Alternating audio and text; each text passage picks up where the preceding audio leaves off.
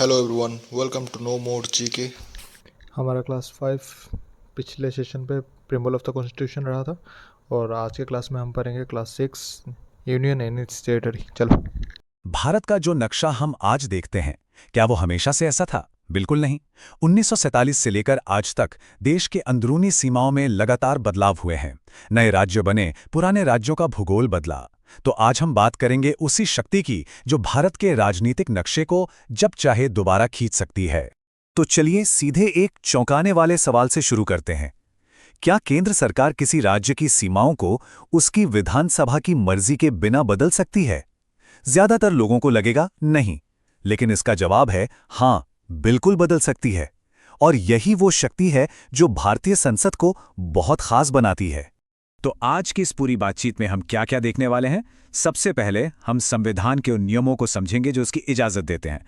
फिर हम 1947 से आज तक के पूरे सफर पर नजर डालेंगे, रियासतों के एकीकरण से लेकर भाषा के आधार पर राज्यों के बनने तक। और आखिर में हम समझेंगे कि इस शक्ति का असली मतलब क्या है। तो चलिए शुरू करते हैं। देखिए, भारत के इस बदलते नक्शे को समझने के लिए सबसे पहले हमें इसके नियमों को समझना होगा, जो हमारे संविधान में लिखे गए हैं। सारी कहानी की जड़ यहीं पर है। हमारे संविधान का पहला ही आर्टिकल कहता है कि भारत राज्यों का एक संघ होगा, राज्यों का एक महासंघ नहीं। अब ये सिर्फ शब्दों का खेल नहीं था। संविधान बनाने वालों ने संघ या यूनियन शब्द बहुत सोच समझकर चुना था, और इसके पीछे दो बहुत बड़े कारण थे। जैसा कि डॉक्टर अंबेडकर ने संविधान सभा में साफ साफ कहा था, भारत का यह संघ किसी समझौते का नतीजा नहीं है, और इसीलिए किसी भी राज्य को इससे अलग होने का कोई अधिकार नहीं है। उनके शब्दों में ये एक अविनाशी संघ है, मतलब ये यूनियन कभी टूट नहीं सकता। और राज्य राज्य तो बस प्रशासन की सुविधा के लिए बनाए गए हैं। और इसी सोच को असली ताकत देता है आर्टिकल 3।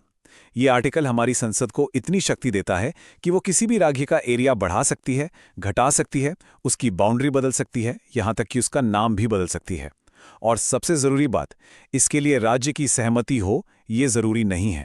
और यहीं पर भारत और अमेरिका के सिस्टम में जमीन आसमान का फर्क दिखता है। अमेरिका को कहते हैं अविनाशी राज्यों का अविनाशी संघ।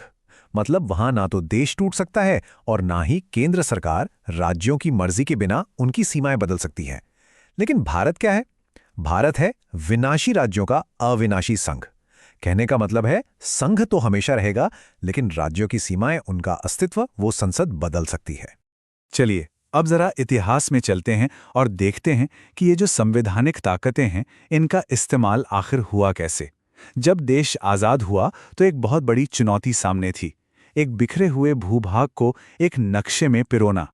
ये नंबर देखिए, 552। ये कोई मामूली नंबर नहीं है। ये उन रियासतों की गिनती है जो ब्रिटिश इंडिया में थीं। आज़ादी के समय इन सभी को छूट थी कि वो भारत में शामिल हों, पाकिस्तान में, या फिर आज़ाद रहें। इन सबको एक देश में मिलाना एक पहाड़ जैसा काम था।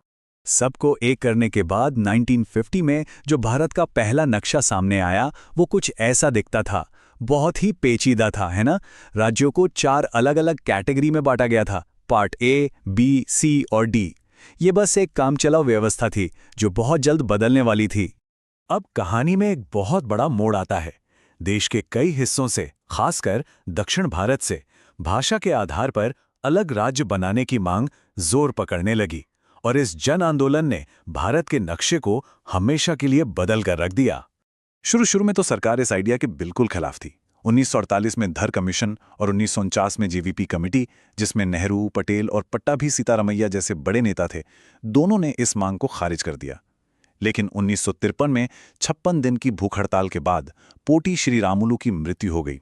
इसके बाद हुए जबरदस्त आंदोलन ने सरकार को तेलुगु भाषा बोलने वालों के लिए आंध्र राज्य बनाने पर मजबूर कर दिया।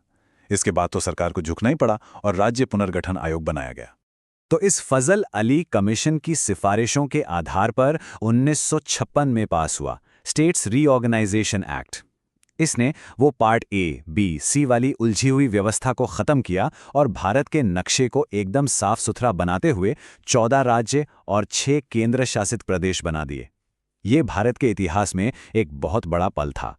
लेकिन कहानी यहां खत्म नहीं हुई। सच तो यह है कि 1956 का ये बदलाव तो बस एक शुरुआत थी। इसके बाद भी अलग-अलग सांस्कृतिक, एथनिकल और प्रशासनिक वजहों से नए राज्य बनाने का सिलसिला लगातार चलता रहा। चलिए अब जरा तेजी से देखते हैं। 1960 में भाषा के ही आधार पर विशाल बॉम्बे राज्य को दो हिस्सों में बांटा गया। मराठी बोलने वालों के लिए महाराष्ट्र और गुजराती बोलने वालों के लिए गुजरात। 60 और 70 के दशक में तो जैसे नए राज्यों की झड़ी लग गई। 1963 में असम से नागालैंड अलग हुआ, 1966 में पंजाब को बांटकर हरियाणा बनाया गया और 1971-72 में हिमाचल प्रदेश, मणिपुर, त्रिपुरा और मेघालय को भी पूर्ण राज्य का दर्जा मिल गया। ये सिलसिला 80 के दशक के आखिर में भी जारी रहा। 1987 में मिजोरम और Arunachal Pradesh full fledged states बने और गोवा को भी दमन और दीव से अलग करके एक राज्य बना दिया गया। नई सदी की शुरुआत भी नए राज्यों के साथ हुई। साल 2000 में बेहतर प्रशासन और विकास के लिए 3 बड़े राज्य बनाए गए। मध्य प्रदेश से छत्तीसगढ़, उत्तर प्रदेश से उत्तराखंड और बिहार से झारखंड। और फिर 2014 में लंबे आंदोलन के बाद आंध्र प्रदेश से अलग होकर तेलंगाना भारत का 29वां राज्य बना। और सबसे ताज़ा और बड़ा बदलाव हमने देखा 2019 में, जब जम्मू और कश्मीर राज्य का विशेष दर्जा खत्म करके उसे 2 केंद्र शासित प्रदेशों जम्मू और कश्मीर और लद्दाख में बदल दिया गया। ये फिर से आर्टिकल 3 की शक्ति का एक बहुत बड़ा उदाहरण था। तो इन सारे बदलावों को देखकर हमारे सामने क्या तस्वीर उभरती है? चलिए वापस उस संवैधानिक शक्ति पर चलते हैं जो ये सब मुमकिन बनाती है और समझते हैं कि इसका सार क्या है। ये स्लाइड एक तरह से पूरी कहानी का सार है। संविधान का आर्टिकल 1 भारत को राज्यों का संघ बताता है और आर्टिकल 3 संसद को इन राज्यों को फिर से बनाने की बेहिसाब शक्ति देता है। ये है वो कानूनी ढांचा है जो ये सब कुछ करने की इजाजत देता है। तो कुल मिलाकर बात यह है कि भारत का नक्शा पत्थर की लकीर नहीं है, बल्कि एक जीता जागता डॉक्यूमेंट है। ये जो लचीलापन है, यही भारतीय राज्य की सबसे बड़ी खासियत है। इसे इसीलिए ऐसा बनाया गया है ताकि देश की एकता बनी रहे और समय के साथ बदलती ज़रूरतों के हिसाब से इसे ढाला जा सके। और ये हमें एक बहुत ही दिलचस्प सवाल पर लाकर छोड़ देता है। आज भी देश में बुंदेलखंड, विदर्भ, गोरखालैंड जैसे कई इलाकों से अलग राज्य बनाने की मांग उठती रहती है। तो इस अनोखी संवैधानिक शक्ति को देखते हुए ये सोचना वाकई दिलचस्प है कि भविष्य में भारत का नक्शा कैसा दिखेगा।